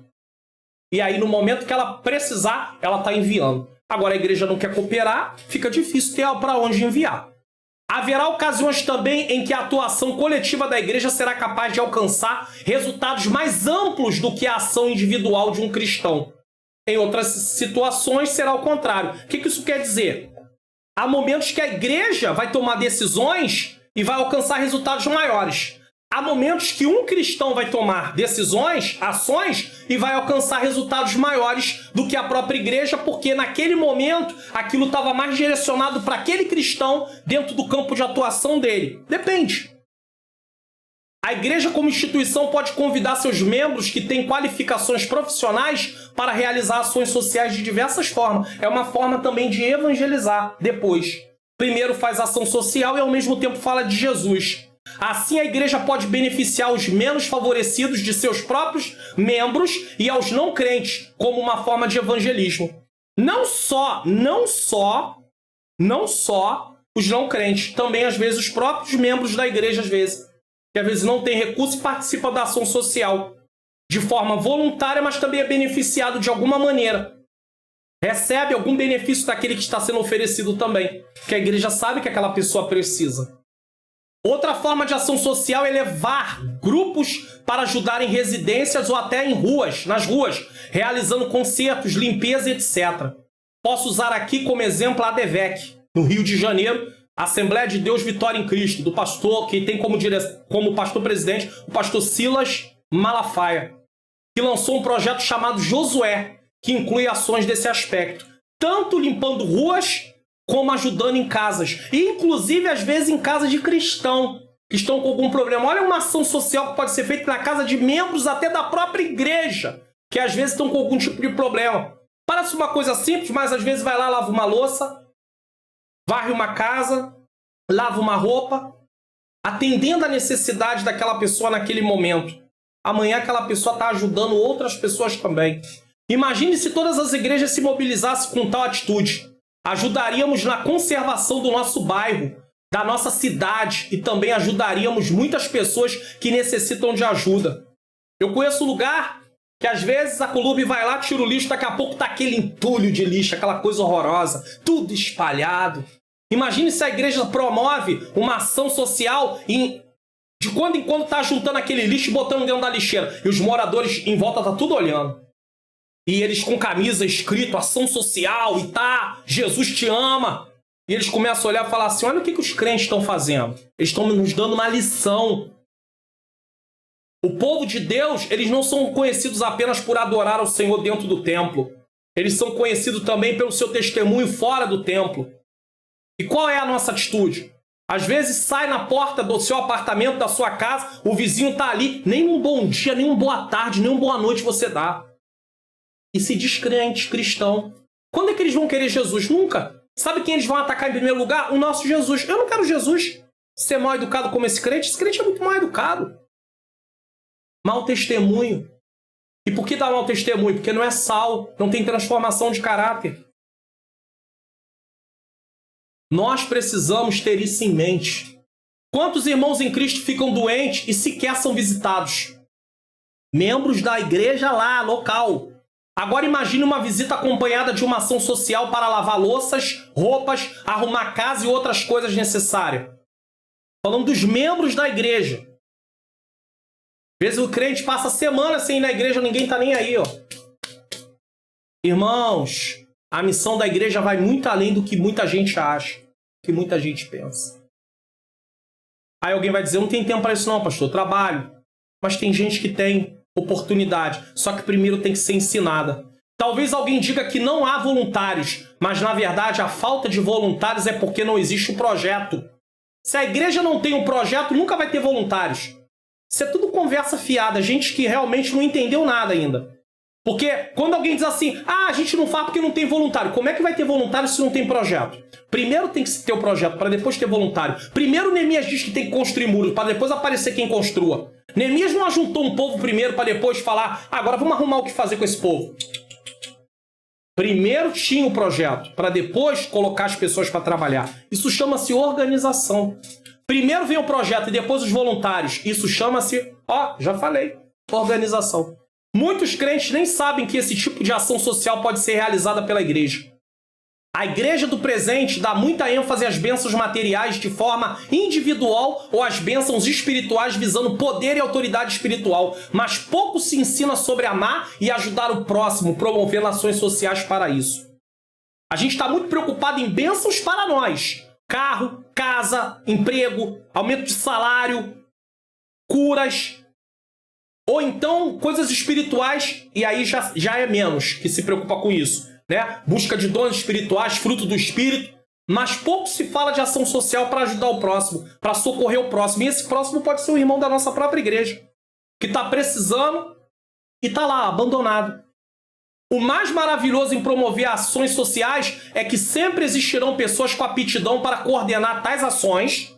Não é o pastor ele vai designar e vai ter gente que vai ter aptidão para estar ali, ajudando, liderando, e pessoas voluntárias para participar dessas ações. O que está faltando para começarmos a realizar as ações sociais? Aqui é faltando. O que está faltando para começarmos a realizar? Tantos profissionais, tantas pessoas que tem aí, que podem ajudar com essas ações sociais. E às vezes pode até nem ser uma coisa que da parte profissional do dia a dia. Quantos homens sabem arrumar casa, sabem varrer? Vai chegar lá, vai começar a varrer. Às vezes chega lá e ainda vai preferir não me dar a louça para lavar. Tem mulheres que não gostam muito da questão de lavar a louça. Tem homens que gostam de lavar a louça. Eu mesmo gosto de lavar a louça. Eu não tenho nenhum problema com lavar a louça. Tudo que envolver água eu gosto muito. Isso está em mim. Aí é uma característica minha. Então eu lavo. Canso de ajudar, a maneira de falar, né? Carioca. Canso de ajudar a minha esposa lavando louça. E eu tô falando isso aqui e ela pode aparecer em qualquer vídeo meu aqui e confirmar e dizer, não, é verdade. Ele me ajuda. Ele me ajuda. Por quê? Porque eu gosto de fazer. Então não teria problema se chegasse numa casa, se a gente estivesse prestando uma ação social e eu tivesse uma louça. Ah, pastor, isso é porque o senhor não viu o tamanho da louça que tem lá para lavar. Não importa o tamanho da louça que tem para lavar. A gente vai lavar. A gente ajuda. Isso aí não tem problema, não. Esse não é o meu problema. Você fala assim porque você não gosta de lavar louça. 2. Conceituando missão e missões. Vamos fazer aqui uma conceituação. É importante salientar que missão da igreja é ser testemunha de Cristo e realizar o discipulado dos novos crentes. e que missões são os meios usados para cumprir esse objetivo. Então, missão é testemunhar de Cristo e realizar o discipulado dos novos crentes. Missões é como vamos fazer isso. Muitas igrejas têm dificuldade em traçar esses meios para cumprir a missão de anunciar o reino e realizar o discipulado das nações. 1. Algumas dificuldades para o discipulado das pessoas na atualidade. O que a igreja enfrenta de dificuldade para poder fazer o discipulado? Quando lembramos que missões são os métodos usados para alcançar o objetivo de anunciar o reino de Deus, aqui nesse estudo nós conceituamos missões como os métodos. Precisamos levar em conta que, quanto mais se aproxima o advento da volta de Cristo, a iniquidade se multiplica assustadoramente. A mensagem que anunciamos sempre será a mesma, mas a forma como lidamos para anunciar a mensagem precisa ser adequada à atualidade. Então a mensagem mudou? Não mudou, é a mesma mensagem. Mas a maneira de anunciar essa mensagem às vezes precisa ser adaptada conforme a necessidade do momento, tá? No passado não existia essa imensidão de informações e opiniões diferentes. O acesso a essas informações por meio da TV ou da internet dificultam e muito o discipulado das pessoas. É muito ruído, é muita interferência. Então nós temos que ter estratégias. Na verdade, ganhá-las para Cristo já é um grande desafio. Deus seja louvado pelo seu Espírito Santo que faz a parte de convencer o homem. Estamos enfrentando também o relativismo. O que é relativismo? Ele é uma corrente que nega que toda verdade e ética absoluta, ficando a critério de cada indivíduo definir a sua verdade e o seu bem. Então o relativismo diz que não existe verdade absoluta, só que a Bíblia é a verdade absoluta de Deus.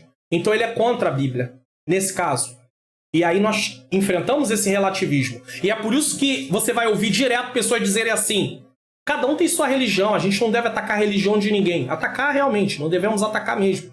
Mas pregar a verdade e mostrar que o caminho é Cristo e que só tem um caminho que chama-se Jesus, isso não é atacar. Isso é falar o que a palavra de Deus ensina, o que Jesus mandou ensinar.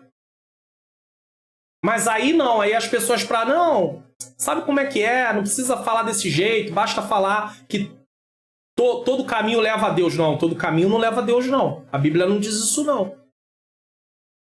Tá? Então, o relativismo tem entrado e ele tem imperado em várias partes.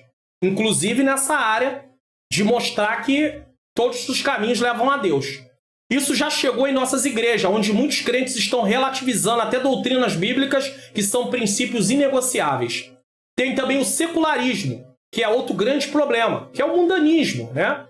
Ele é a doutrina que ignora os princípios espirituais na condução dos negócios humanos. O secularismo ou materialismo tem o homem e somente o homem como a medida de todas as coisas. Pode ser considerado sinônimo de humanismo. É justamente por isso que muitos cultos em nossas igrejas são antropocêntricos. Tudo é realizado para a satisfação do homem. Os louvores e a mensagem giram em torno de agradar os ouvintes. A igreja está procurando estratégias para trazer as pessoas, sendo que, na verdade, a estratégia é estar preparado com a palavra de Deus, pregando a palavra de Deus, vivendo a palavra de Deus. Isso vai atrair as pessoas.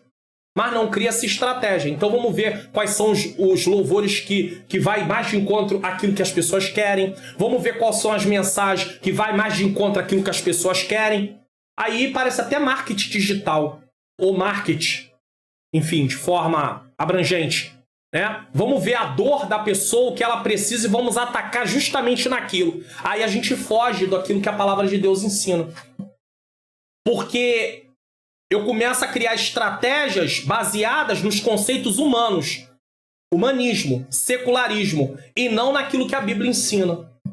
Então Jesus mandou ir fazer discípulo. Viver a vida cristã, testemunhar. É só ler Atos dos Apóstolos 2, 42 a 47. Você vai ver como a igreja vivia e o que acontecia. A igreja crescia.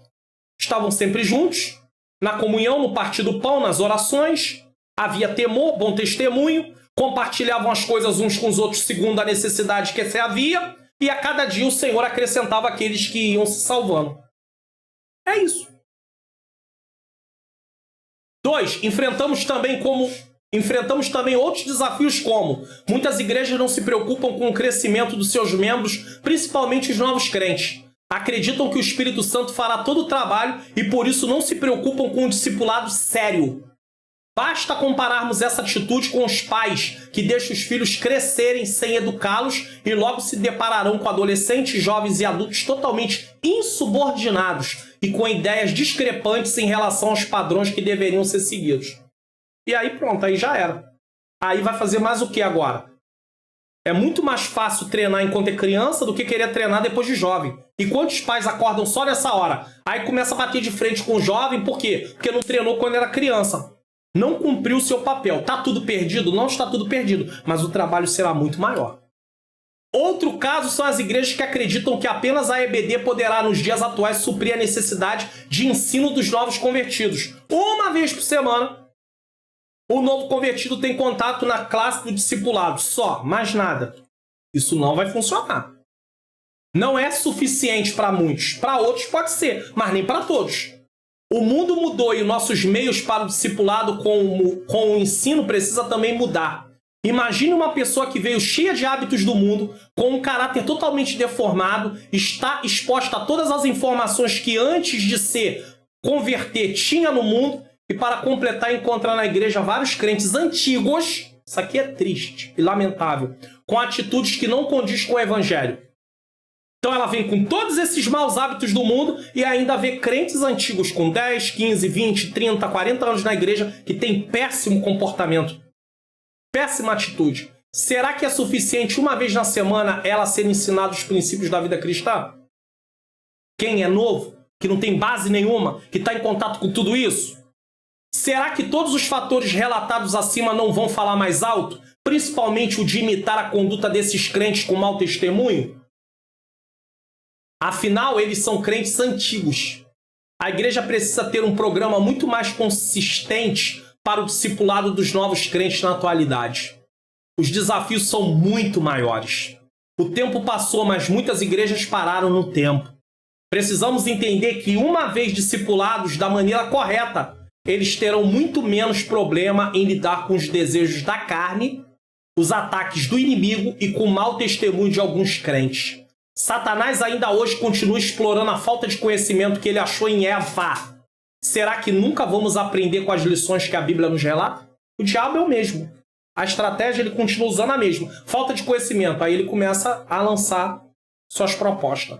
Por fim, o ensino não é prioridade de muitas igrejas. A igreja local no passado promovia muitos estudos bíblicos e isso não acontece mais. Inclusive, eu sou de um tempo que toda vez que havia uma festa, no sábado havia um estudo bíblico de manhã junto da consagração. Não existe mais isso. Que estudo bíblico o quê? Para que isso? Isso é perda de tempo. Em muitos lugares eles pensam assim. Acabou. Se extinguiu. Toda vez que tinha uma festa, tinha um estudo bíblico junto. Podia ser festa de irmã, festa de jovem, festa dos varões, festa da igreja. Tinha um estudo bíblico no sábado, tinha uma consagração no sábado e junto da consagração era apenas um tempinho, a consagração, a oração, logo depois entrava no estudo bíblico, depois tinha um almoço, uma confraternização. Tudo isso era algo muito bom. Acabou, sumiu, não tem mais. É muito pouco visto isso. Pastor, aqui na minha cidade, aqui no meu estado tem. Amém, glória a Deus. Aqui no Rio de Janeiro, muito pouco. Tá? Muito pouco mesmo. Festas de departamento, campanhas, cultos temáticos e outros são a prioridade de muitas igrejas. Tem tudo, menos ensino da palavra. Vamos entender o seguinte: a vida cristã depende de meditar dia e noite na palavra, ou seja, constantemente. Por que tem tudo a mais do que o ensino bíblico na igreja? Então, pelo menos o ensino deveria estar igualado. Pastor, o senhor esqueceu que tem pregação do evangelho em todo culto? Ah, é? Então preste atenção. Alguns até evangelizam, porém se esbarram com o despreparo no departamento de ensino. Tem igreja que evangeliza, mas não tem gente preparada no departamento de ensino. Na verdade, em muitas igrejas nem existe departamento de ensino. Algumas acham que a EBD é o departamento de ensino, porém eles desconhecem que a EBD faz parte do departamento de ensino. E para isso ele teria que estudar administração eclesiástica e ele ia aprender que a EBD não é o departamento de ensino, mas faz parte do departamento de ensino. Acham que uma vez na semana o ensino na EBD vai nutrir pessoas que não têm a menor ideia de como proceder na vida cristã e são bombardeadas diariamente com os prazeres do mundo. Infelizmente, em muitas igrejas, a pregação da palavra, agora aqui, ó, que deveria ajudar a nutrir as almas dos crentes, tem sido diluída ao gosto dos ouvintes. Vamos pregar o que o povo quer ouvir. E pouco produz resultado. Não é toda a igreja, mas em muitos lugares isso acontece. Já que não se explica o que o texto diz, e sim o que o pregador acha. Então ele abre a Bíblia, ele lê um texto, ele não explica o texto, e as aplicações que ele faz não estão relacionadas ao sentido do texto, e sim ao que ele pensou, ao que ele acha. E aí é o caos total, porque Deus não está contribuindo com essa mensagem. Deus não tem compromisso. Mas pastor, ele não leu a Bíblia, ele não leu o texto bíblico, leu, mas ele não fez as aplicações corretas conforme o texto. Então ele ensinou uma coisa que Deus não está dizendo. O departamento de ensino deve ser supervisionado pelo pastor presidente. E a liderança do departamento deve ser formada por pessoas capacitadas e, quando possível, formadas teologicamente. Já os professores podem até não ter formação teológica, apesar que deveriam se esforçar para estudar. Estudar teologia, sim. É importante ter o dom do ensino, ou na falta de quem tenha o dom, que Deus tenha dado o dom, podemos usar pessoas que têm um empenho em ensinar. Porque tem aqueles também que não têm o dom chamado diretamente, mas estão ali esforçando-se para contribuir com a obra do Senhor, na falta daqueles que têm. De repente chega o que tem e aquela pessoa é deslocada para uma outra parte que realmente é onde Deus chamou ela para fazer. Pode-se acontecer isso na obra de Deus. Pessoas atuarem numa posição que momentaneamente não é o lugar dela, mas não tem quem faça, então ela está ali para fazer. 2 Timóteo 2,2 diz: E o que de mim, entre muitas testemunhas ouviste, confia a homens fiéis que sejam idôneos para ensinarem a outros. Nós já lemos esse texto. Somos comparados a soldados e atletas de Cristo. Precisamos lembrar que o treinamento nunca é tão árduo quando alguém ingressa no serviço militar. E nunca deixa de ser constante para quem é um atleta. Quem é atleta treina sempre. Isso nos deixa dois ensinamentos. Primeiro, todo novo crente precisa ser muito bem ensinado para não ser dominado por seus desejos pecaminosos e por ventos de doutrina. Porque ele é uma pessoa ainda frágil. Ele não tem firmeza ainda no evangelho. Segundo, o novo crente, nos anos vindouros, terá o desejo de continuar buscando crescimento. Por quê? Porque ele nasceu nesse meio.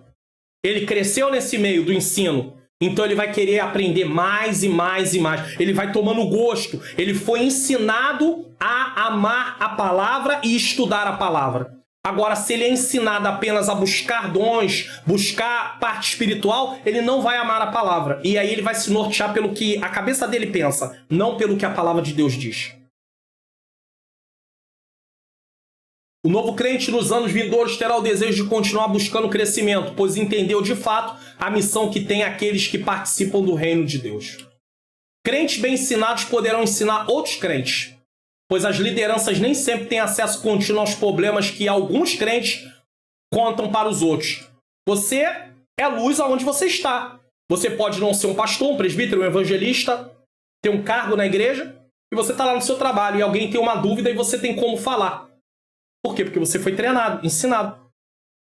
Na sua escola, na sua faculdade.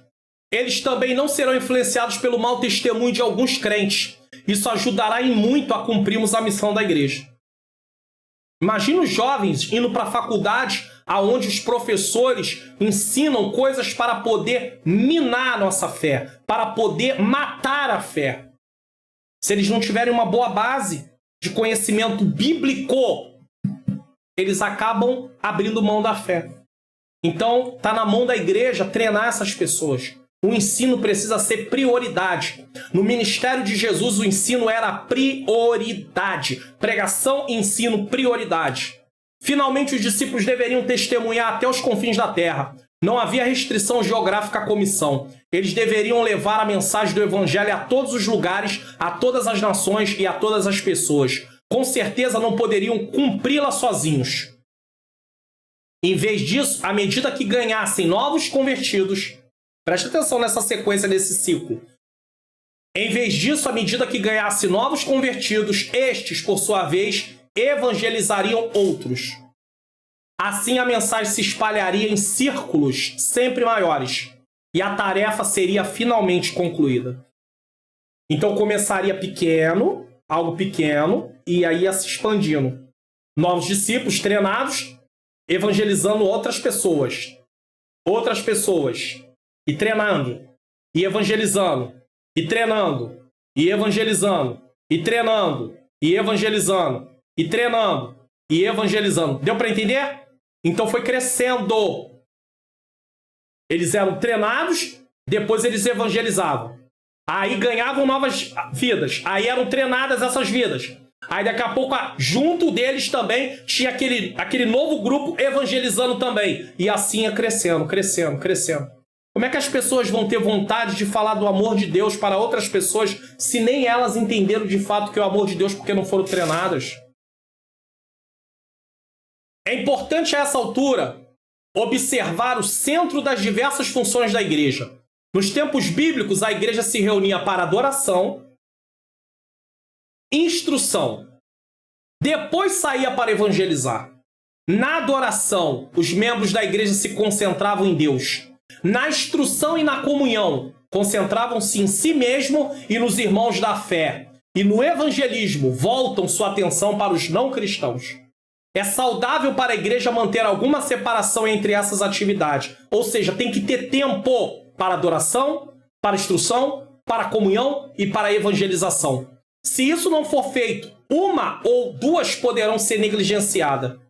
Com resultado, a igreja sofrerá, pois todas essas atividades, como os diversos elementos em uma dieta balanceada, são essenciais para a saúde e o bem-estar espiritual do corpo. Então tem que ter adoração, tem que ter instrução, tem que ter comunhão e tem que ter evangelismo ou evangelização. Por exemplo, a adoração a Deus sofre se o encontro do corpo é orientado primariamente para a interação entre os cristãos. Ou se o culto tem o alvo exclusivo de evangelizar. Você está entendendo? Se tem a parte da adoração, temos que adorar. Não é hora ali, em primeiro lugar, de uma interação entre os crentes, de conversar, comunhão. Não. É hora de adorar a Deus. Hora de comunhão é hora de comunhão, é hora de falar um com o outro. Já não é hora, agora, naquele momento em si, do momento de adoração diretamente. De evangelizar, a mesma coisa. Então, ou se o culto tem o alvo exclusivo de evangelizar os descrentes que estão presentes.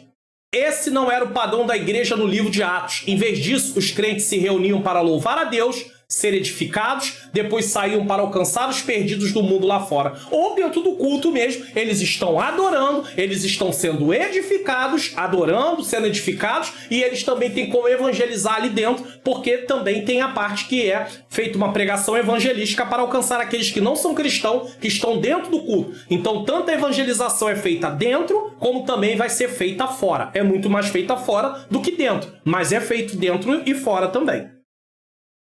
Você gostou do conteúdo do vídeo de hoje? Do estudo? Estamos encerrando o panorama do estudo da doutrina da igreja agora, tá? Se você não assistiu o vídeo 1, acabou não assistindo, assista a primeira parte desse vídeo. Ele tem 2 partes esse estudo, tá? Compartilha na sua rede social, dá o like, não esqueça de se inscrever no canal, ativar o sininho das notificações, falar para o seu familiar, falar para os irmãos da igreja sobre o canal, para que eles também possam ser edificados. E deixa um comentário de que lugar você está assistindo.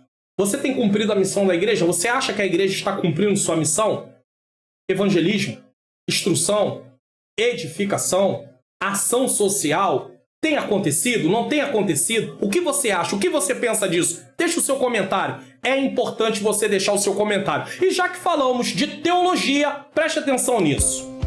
Você conhece o curso livre de teologia da Faculdade Vitória em Cristo? Ele tanto é um curso online como presencial. Você realiza todas as atividades online. Por isso, você pode estudar em qualquer lugar do Brasil e no melhor horário para você. Clique no link na descrição do vídeo e se inscreva para assistir o módulo grátis. E se você gostar, seja aluno! Então, você ouviu aí falando sobre a questão da capacitação, né, a nível de estudar teologia. Então tem aí o link, tá? Tem aí o link para você, né, na descrição do vídeo. Tem o link para você poder clicar. E você vai poder aí ser se inscrever no módulo grátis. Se você gostar, aí sim, aí você pode ser aluno. Caso você não queira, não tem problema nenhum. Mas se inscreva no módulo grátis, tá aqui, ó, na descrição desse aqui, ó, tem aí curso livre de teologia, aí clique no link, se inscreva lá no módulo grátis para que você possa conhecer. Pela bondade de Deus, eu também sou aluno, eu dou aula de teologia, sim, mas no momento não estou dando, não sou professor nesse curso, e é um curso excelente. Então, eu indico ele para você. Vamos lá para a conclusão? Chegamos ao fim desse panorama do estudo da doutrina da igreja, eclesiologia, na teologia chamamos de eclesiologia. Não tive a pretensão de esgotar o assunto, quem sou eu? Eu não tenho essa pretensão, mas lançar esclarecimentos por meio do ensino aos vossos corações. Caso não tenha assistido a parte 1, eu já disse, desse panorama, assista para ter uma compreensão completa do assunto. Então, vamos orar neste momento. Senhor Deus e Pai, eu quero te agradecer por esta oportunidade de encerrar esse estudo sobre o panorama da doutrina da igreja. Que o Senhor aplique as verdades aos nossos corações e possamos cumprir a parte da evangelização, a parte da edificação, a parte da comunhão, a parte da instrução, tudo isso, Senhor, da ação social, coisas importantíssimas, Senhor, dentro da missão da igreja. Que o Senhor nos ajude, que o Senhor nos dê força, que o Senhor dê ânimo a cada um de nós para cumprirmos, Senhor, a nossa parte, para vivermos à altura daquilo que o Senhor nos chamou, uma vida de santificação também. É o que eu te peço e já te agradeço em nome de Jesus. Amém. Eu estou deixando aqui para você, tá, a parte 1 do estudo e também sobre como cumprir a missão, unidos para cumprir a nossa missão como igreja. São 2 vídeos, eu digo a você, não deixe de assistir, que vai ser edificante para a sua vida. Que o Senhor abençoe a sua vida, abençoe a sua família e até o próximo Teologia e a Vida Cristã.